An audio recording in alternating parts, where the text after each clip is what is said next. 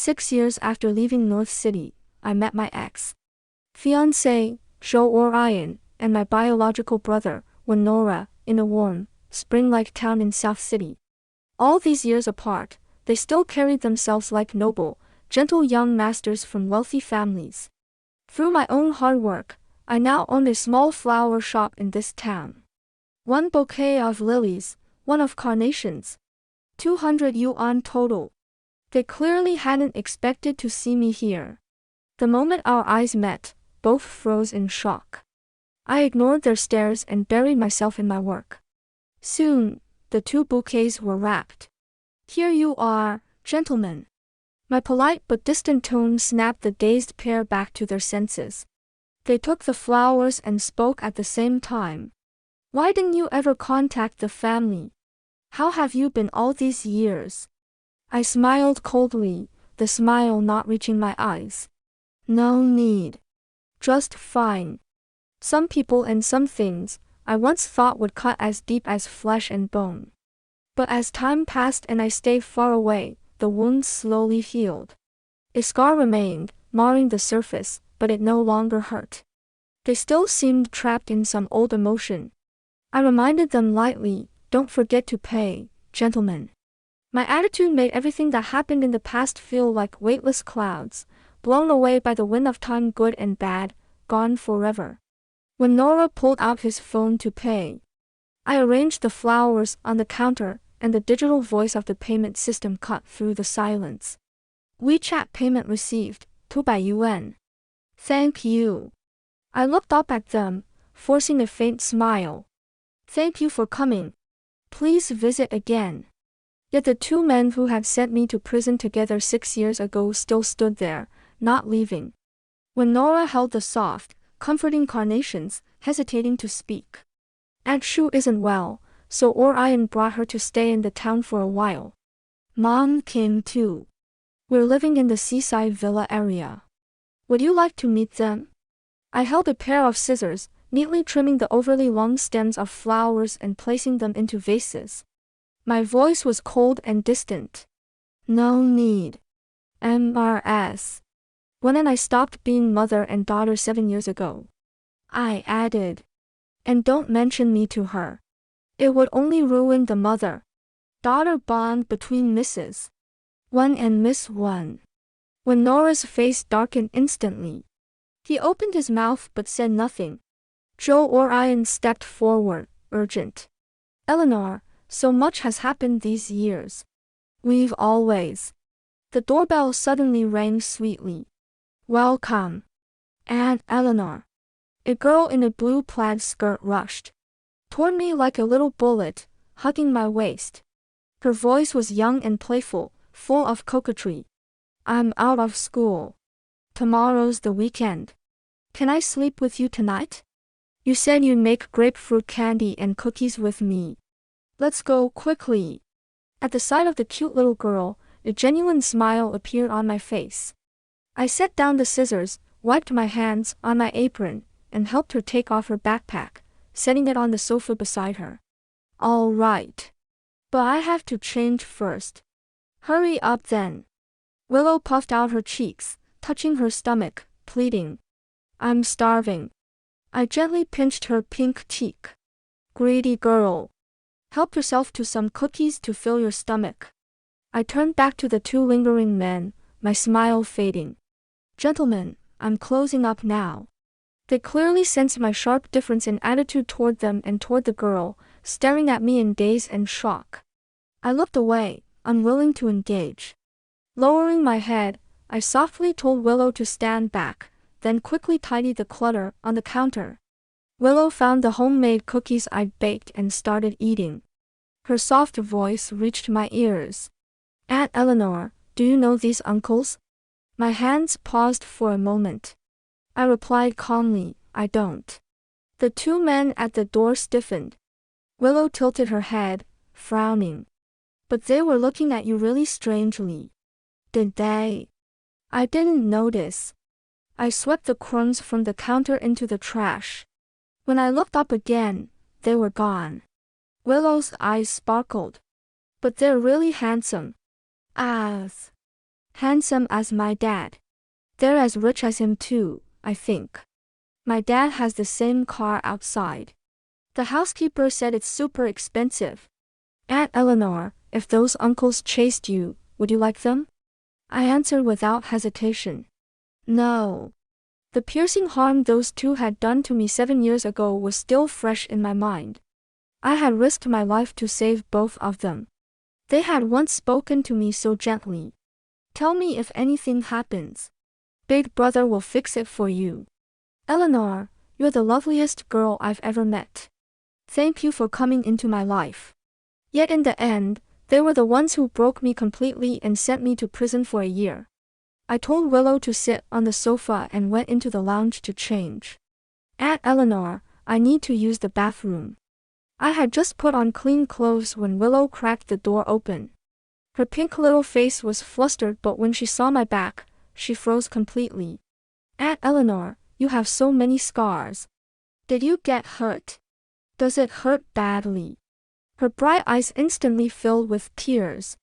Her gaze was direct, full of endless heartache, unreserved. My heart, torn and tattered from hurt, felt like it was soaking in warm spring water. Little by little, it seeped into my bones. Her lips trembled, and tears rolled down her cheeks. I quickly pulled my clothes on, covering those hideous scars. I knelt in front of her, gently wiping away her tears, and smiled sweetly. It hurt a lot back then. It doesn't hurt anymore. Willow stared at me, her eyes wet. If it hurts, don't hold it in. Willow will blow on it for you. It'll feel better, just like when I fell down before and you blew on me. The softest part of my heart was brushed by a feather, melting completely. My throat tightened, as if I'd swallowed a handful of gravel. I struggled to steady my emotions and nodded with a smile. Okay. The scars on my back were from saving Joe Orion and Winora. When I was 18, I was taken back to the one family. They said I'd gotten lost during a trip to South City when I was 3. I'd been sold by human traffickers to a poor village. I didn't remember much, only that when I was 7, the couple who bought me had died from carbon monoxide poisoning while storing sweet potatoes in a cellar. Everyone in the village said I was cursed, that I killed my parents. No one dared to adopt me. The village chief sent me to a local orphanage. I stayed there until I turned 18, then left to work and support myself. I never imagined I would go from a lonely orphan to the long-lost daughter of the wealthy Wen family in North City. Father Wen smiled at me. Yaya, welcome home. My brother Nora, 4 years older, had just graduated from college and turned down studying abroad to join the family business. He gave me a gentle hug. Eleanor, welcome home. When Zara's eyes glistened, she carefully took my hand, her voice trembling softly. Sister Yaya, welcome home. I can give you all the nice things Mom and Dad gave me. Please don't hate me, don't blame me. Okay. I was drowning in the overwhelming warmth of blood family. I froze slightly at her words, about to speak. Mother Wen stepped forward, taking both my hand and Zara's, her expression soft. Yaya, you're my birth daughter, but Zara has been with me all these years. You're 6 months older. Be a good older sister and get along with her. My heart sank. Maybe I was just being sensitive. But my own mother didn't seem to like me very much. Father Wen spoke up in time, fatherly and gentle. From now on, I have 2 daughters. Both Yaya and Zara are my good girls. The one family will always be your home. From that day on, I went from Chun Eleanor to Wen Eleanor. Only the pronunciation was similar. When I wrote the new names stroke by stroke, I realized how different they really were. I had grown up alone. Now that I found my blood family, I cherished them deeply and tried my hardest to fit in. I knew father had high blood sugar and mother slept poorly. So I woke up early to make nutritious breakfasts suited to their health. But she was my birth mother, connected to me by blood. I felt wronged, yet I lowered my head under her gaze. I won't let this happen again. That night, Nora when knocked on my door. He told me not to blame mother. When we lost you all those years ago, your mom and I fought terribly. She fell into depression for a long time. We never stopped looking for you, but you were too young to remember anything, so we never found you. We adopted Zara for her sake. She's such a sweet girl, and she slowly helped your mom heal. He reached out, hesitated for a moment, then gently ruffled my hair. Eleanor, if there's anything you need but are too shy to ask, tell me. Big brother will take care of it. I looked up at him. The subtle bond of blood softened at that moment, melting into warmth that seeped into my lonely heart. Thanks, brother. Brother. Can you talk to mom? I really want to study nursing. I want to learn a real skill. He saw how serious I was and thought for a moment. All right. Leave it to me.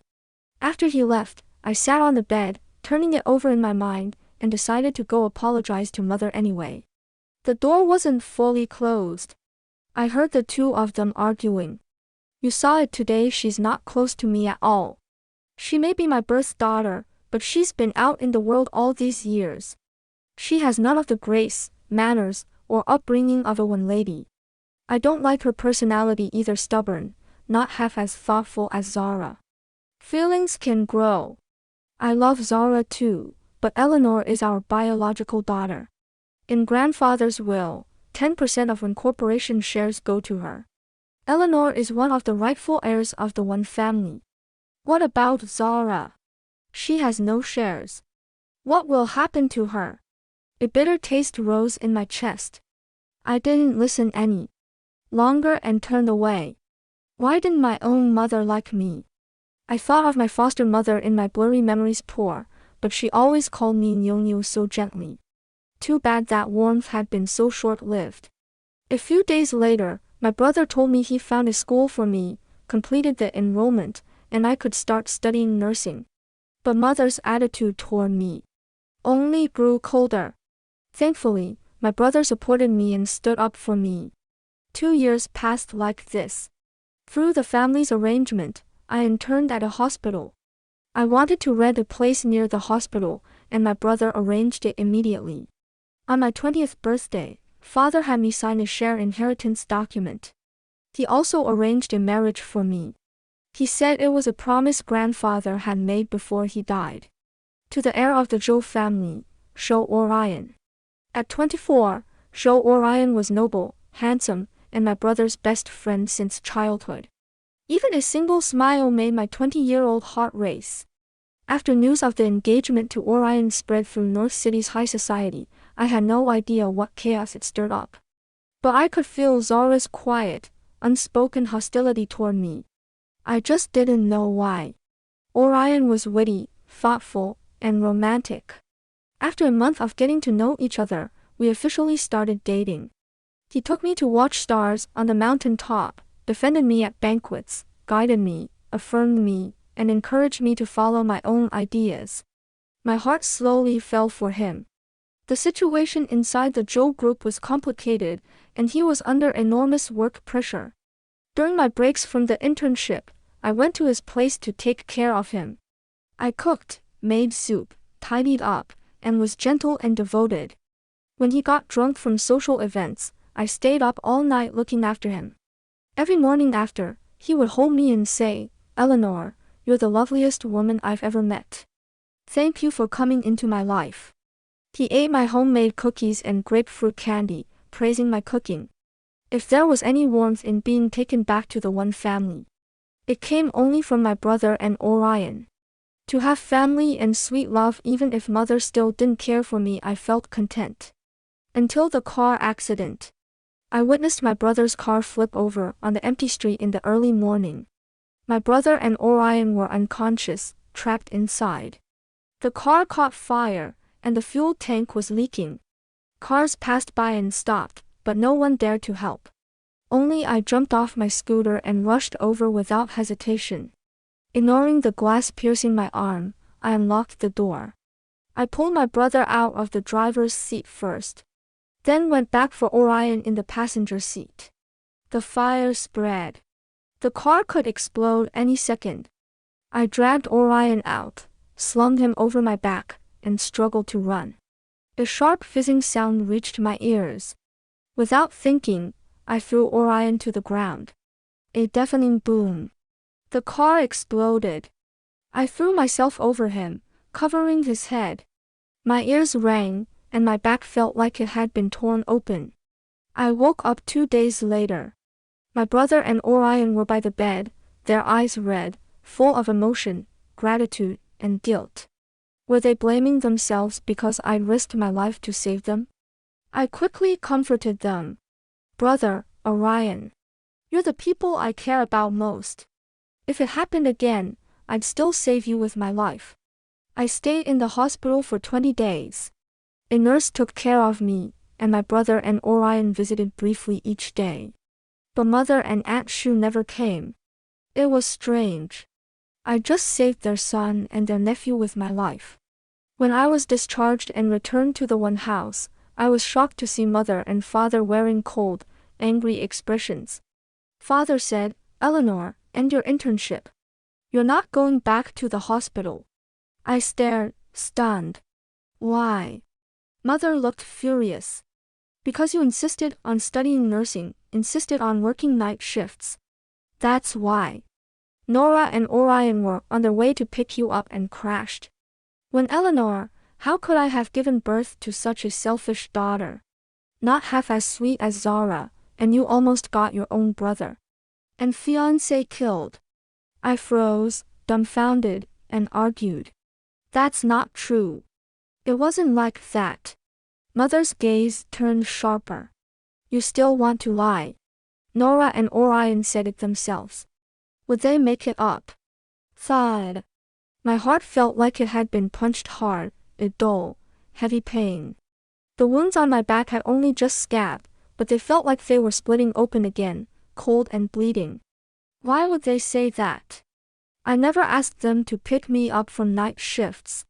I'd only mentioned wanting a scooter, so Orion bought me one. This is what he'd said. Eleanor, I'm sorry.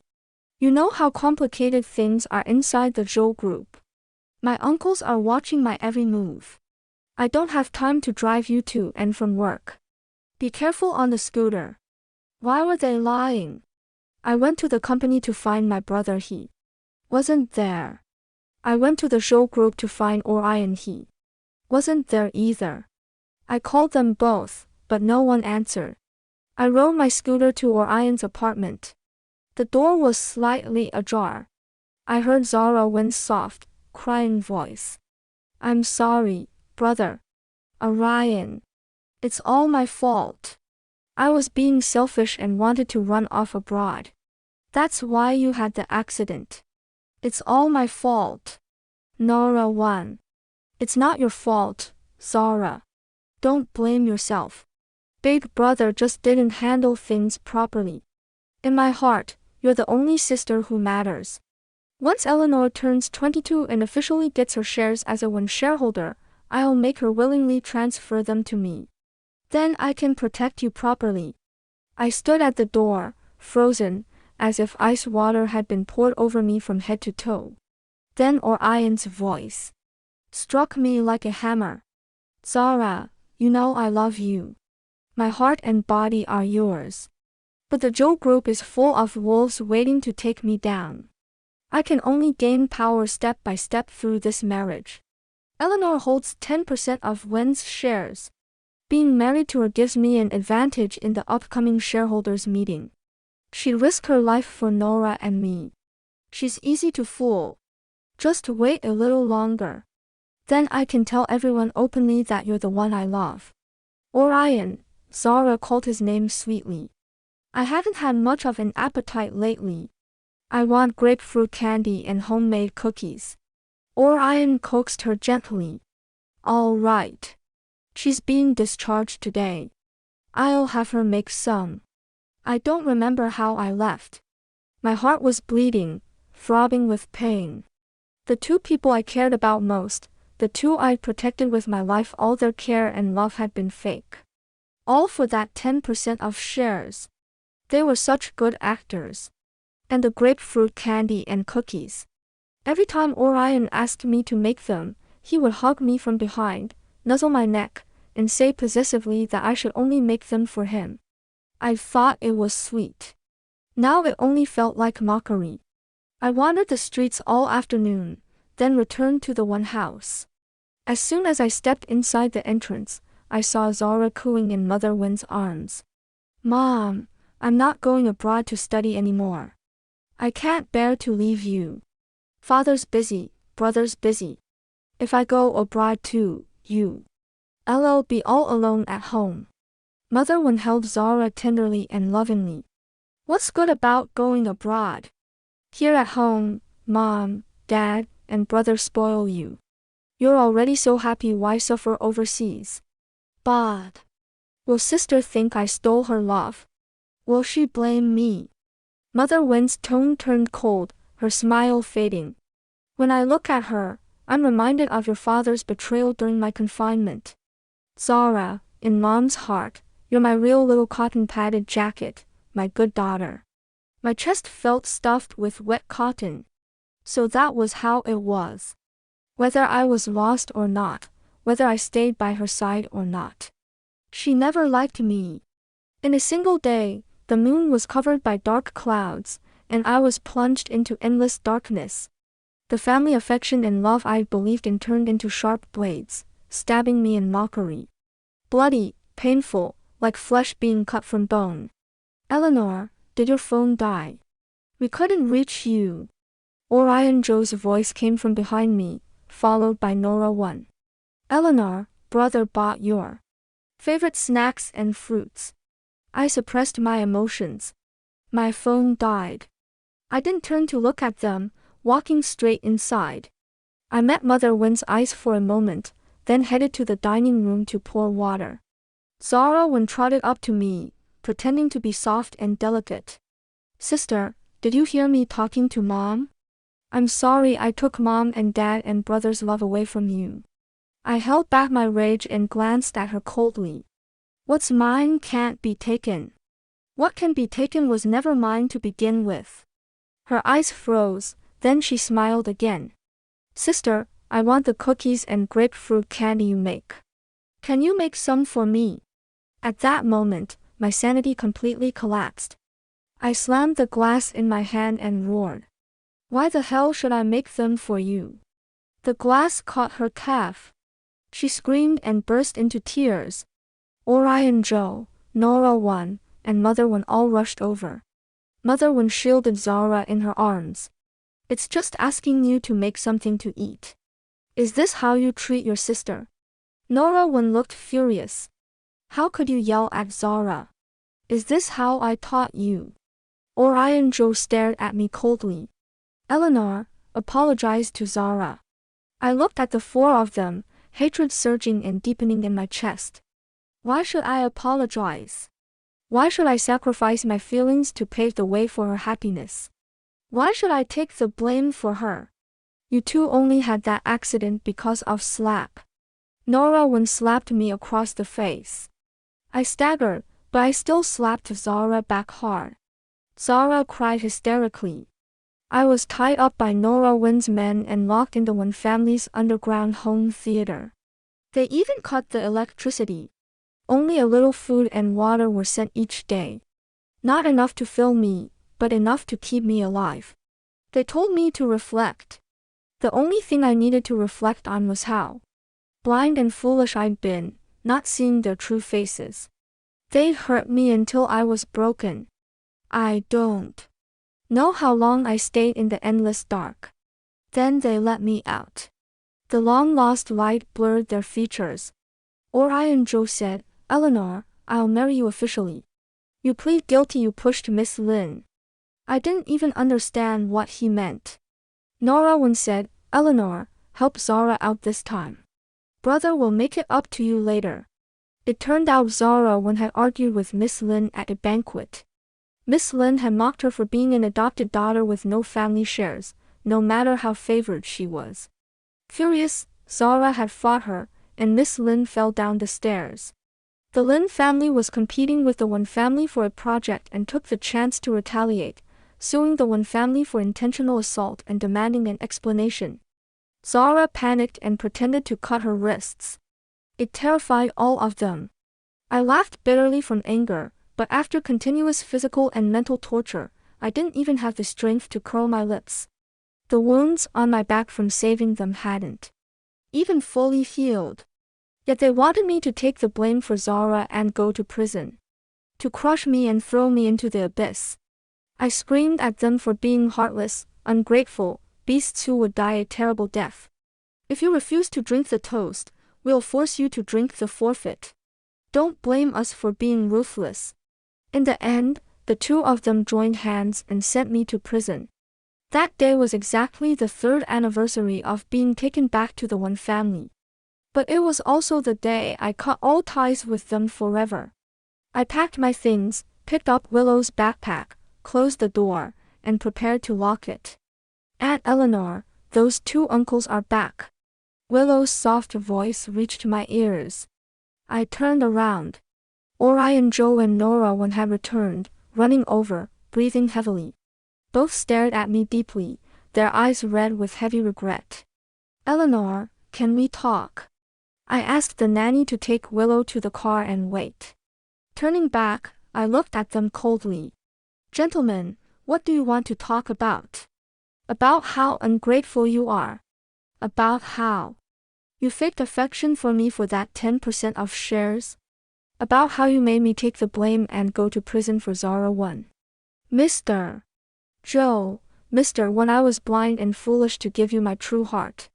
I admit it, and I've learned my lesson. I have done nothing to be ashamed of toward you. Being strangers is the greatest forgiveness I can give you. With that, I didn't bother glancing at them again, got in the car, and left. I thought after being mocked like that, they wouldn't come back. I didn't expect to see them at the Chin residence the next day. Aunt Eleanor. It's those 2 handsome uncles from outside your flower shop. Every weekend, Willow insisted I stay with her at the Chin house.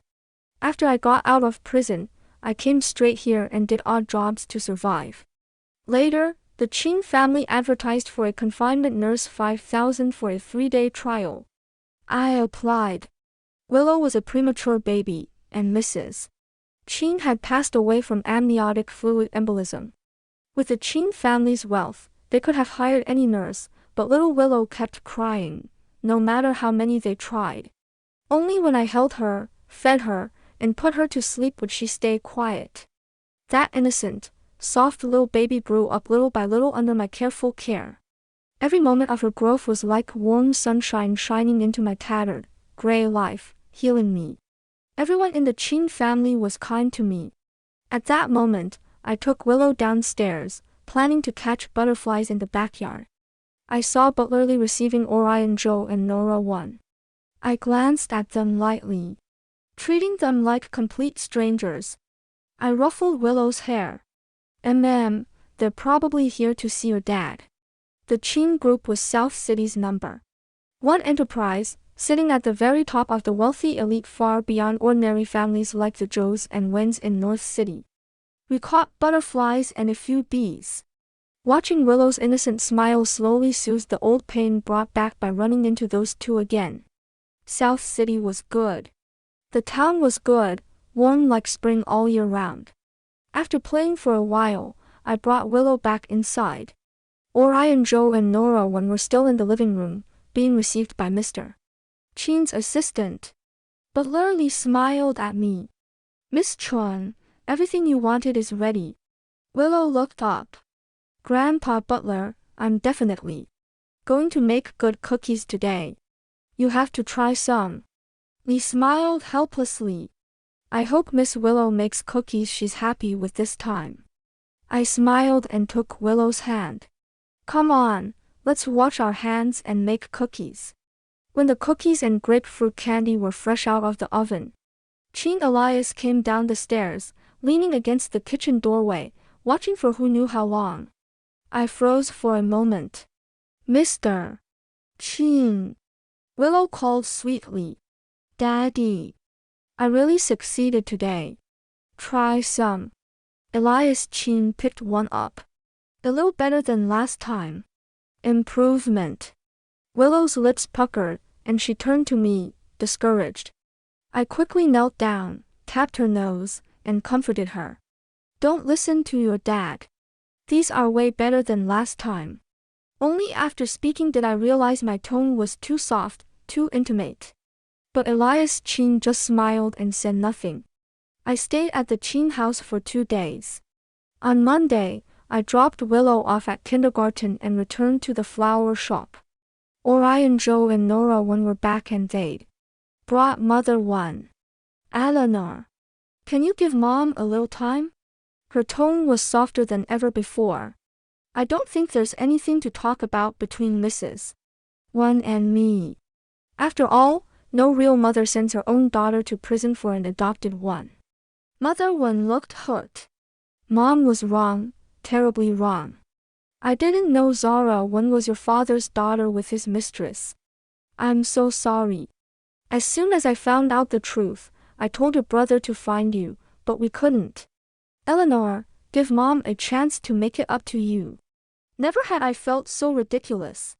MRS. When, before I was 18, when I needed my parents most, you weren't there. The 3 years back at the One family, I received the One family's deep affection. In those 3 years, I risked my life to save your son, took the blame for your beloved daughter and went to jail. I've already repaid you for giving birth to me. I am Tran Eleanor now. I have nothing to do with the One family. Blood ties aren't something you can just erase. Mother One said, grabbing my hand. Looking at me lovingly, but it made me sick. Since when do I have to accept you as my mother just because you want to acknowledge me now? I pulled my hand away coldly. MRS. When, please show some respect. Mother One swayed weakly. Nora One quickly supported her and looked at me. Eleanor, are you really this heartless? I laughed in anger. If this is heartless, then what you did to me back then was worse than animals. I swept my eyes coldly over the 3 of them. What goes around comes around. It's not that there's no payback, it's just not time yet. All 3 paled. Orion Joe looked pained, his eyes red.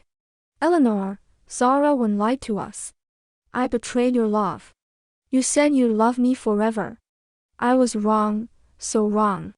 Hit me, yell at me, stab me, just give me one more chance. I felt my ears were being polluted. Orion Joe, you're trash. I'm not a recycling bin. I was stupid enough to love you at 21. That doesn't mean I still want you at 28. His eyes darkened. Is it because of Chin Elias? I frowned. What? He said, I saw everything at the Chin residence, you, Elias, and his daughter. That little girl is Chin Elias's daughter, the pearl of the Chin Fu marriage. You're being so nice to her just to climb up through her, aren't you? I laughed in anger. I really must have been crazy to waste my breath on these irrelevant people at the shop door. People with dirty minds can only think dirty thoughts. I pulled open the shop door, afraid of dirtying my eyes with one more glance at them. But I had underestimated how shameless they could be. They came to pester me at the shop every single day, yet kept it just within the line so the police could do nothing. I hated seeing them so much that I had no choice but to turn to Chin Elias for help. Please help me, Mr. Chin. Chin Elias poured me a cup of tea. Do you know why they're clinging to you? I shook my head lightly. No idea. Chin Elias said, the Joe family is full of internal conflicts.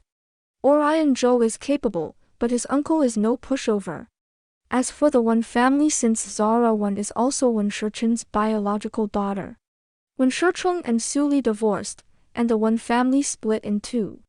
The Chin Group's North City branch is launching an AI intelligent medical project. They desperately need this project. I sneered.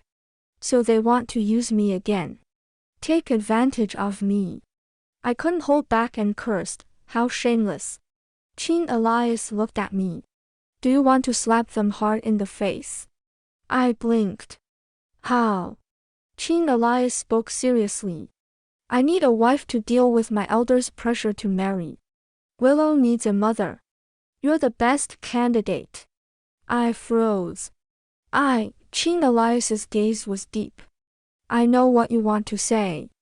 I know everything about your past, every detail. I investigated you before officially hiring you to take care of Willow.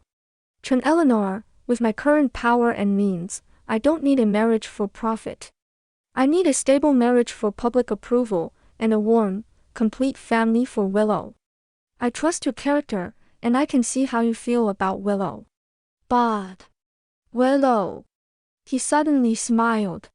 Willow says she only wants you as her mom. No one else. That same afternoon, Elias and I got our marriage license. The Chin group officially announced the news. I stared at the red booklet, barely able to believe it. I don't know anything about those high society social events. Chin Elias said calmly, You are Mrs. Chin Elias. You don't need to know any of that. Do whatever you want. I thought, truly a big shot. I didn't let Elias drive me to the flower shop we were saving the act for tomorrow. Sure enough, Orion Joe and Nora were waiting for me at the door again. Orion Joe sneered, Eleanor, Chin Elias just got married. Your plan to climb up is impossible. Nora added, Even so, his daughter likes you. Eleanor, help your brother out. Just get us a meeting with Chin Elias, and Orion and I will leave you alone.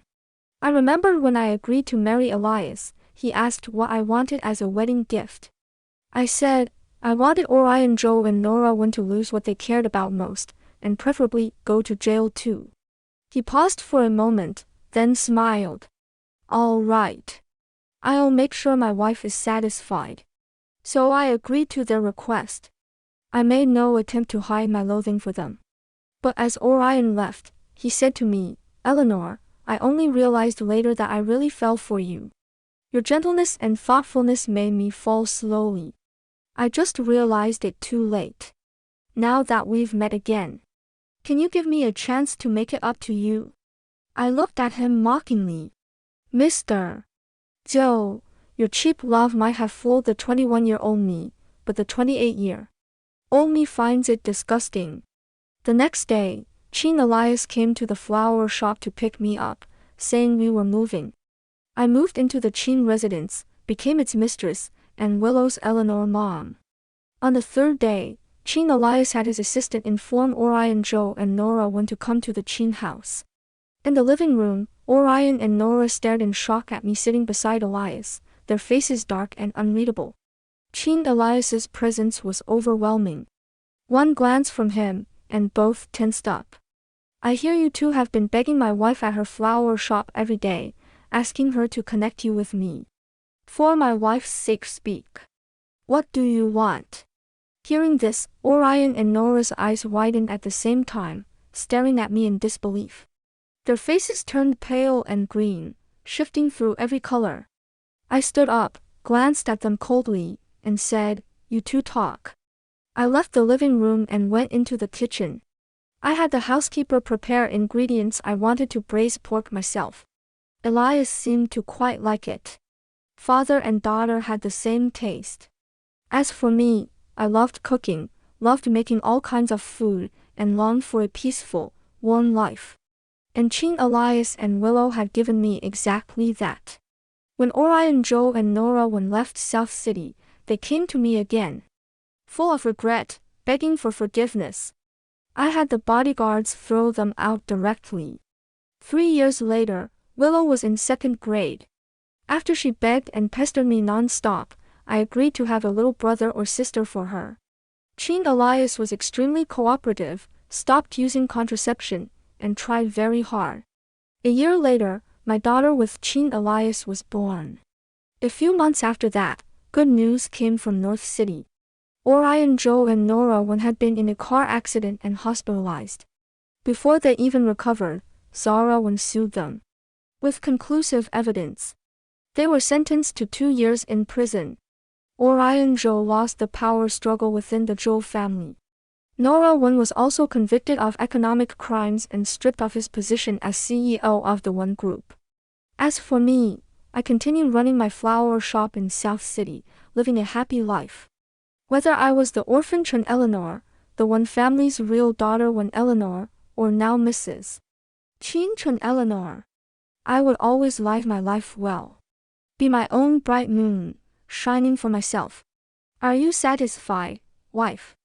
I glanced at Elias. Very satisfied. Qin Elias raised an eyebrow. Then, what's my reward? I leaned close and whispered in his ear. His eyes burned with heat. He picked me up and carried me toward the bathroom. I have the ability to bring happiness to others, so I deserve to be happy too. Inside the bathroom, passion flared.